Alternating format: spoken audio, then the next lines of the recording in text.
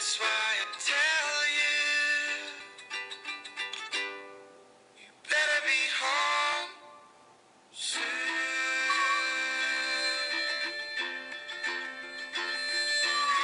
Stripping back the coat, lies and deception.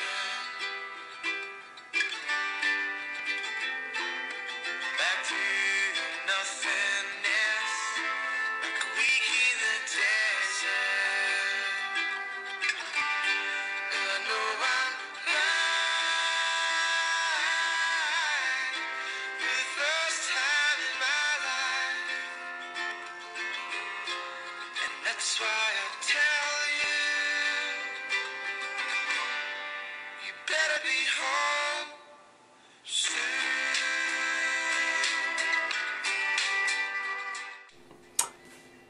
Hey youbers! So as you saw, I've been doing a bit more on the painting. I've started a couple of small ones as sort of like an offshoot on the big one, because I find that if you work on several at once, you can sort of take ideas, and it's like a jigsaw. You can just jump them around and jump interesting bits onto another canvas, and then that starts a completely new work. So, you know, as this big one progresses, you know, I'm taking ideas and then transferring little bits that I like onto another canvas, and hopefully that will cause another idea to spurt off in a different direction. And I think that's a great way to really explore your symbolism and really explore different avenues of your thinking. But so the painting's starting to evolve a bit more now. The last three videos, it sort of has been inspired by Jesse Reno, but now I'm sort of feeling that the painting's shifting a bit. It's becoming, I'm getting into it now. I'm sort of feeling it a lot more, and I think as much as, you know, I love Jesse's style, that's not really me. But what I do love is taking elements of what he's created and obviously do my own version of that, but then build upon that and add my own style and add my own symbology into it, which is what I'm about. But I got to thinking about good old Mr. Brett Whiteley. I know most of you guys know Brett Whiteley, but for those of you that don't, need to look him up, because he was an awesome artist. Amazing stuff. I love his drawing style. Very eclectic. He combined a lot of stuff. He combined sculptures and paintings and put them together, and he did amazing charcoal drawings, figure drawings. He was very sexual orientated. Lots of his art is very sexual and erotic in nature.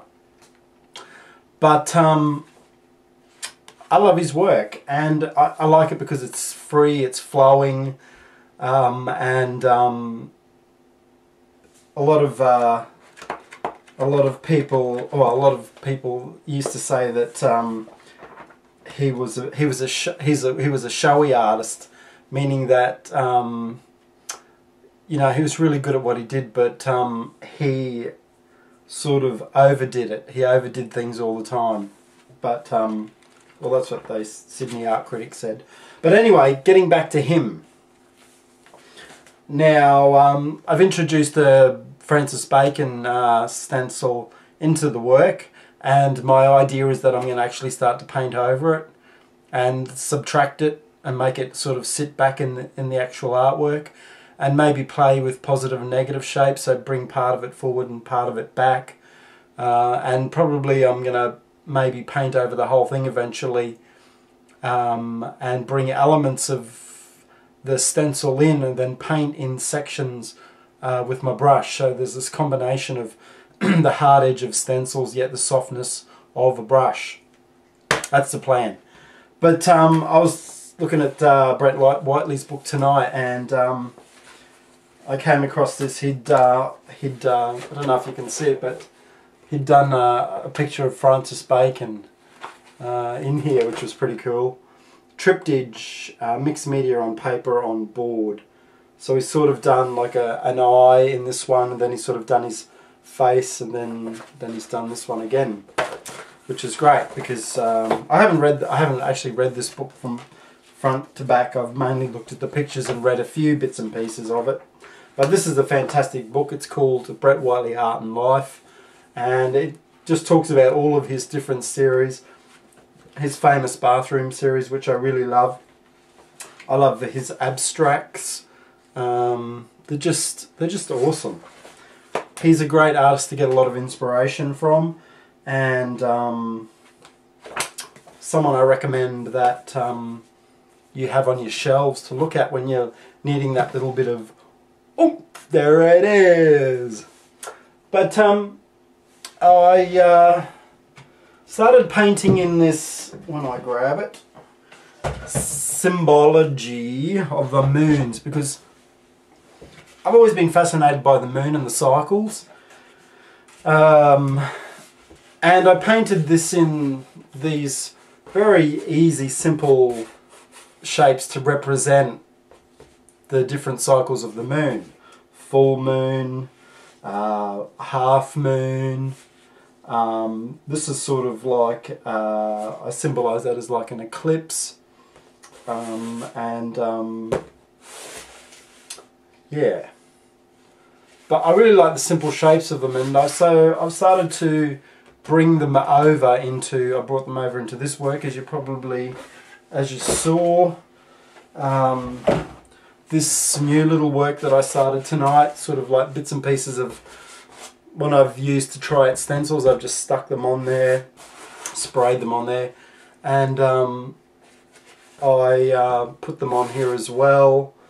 And you know, they might fade away eventually, but I like to have them in there. And yeah, once again I've used the bacon stencil, and once again that might fade away. It's just about putting down layers, I guess, for this bit. But that's it. I will talk to you soon. Later. Peace to your face.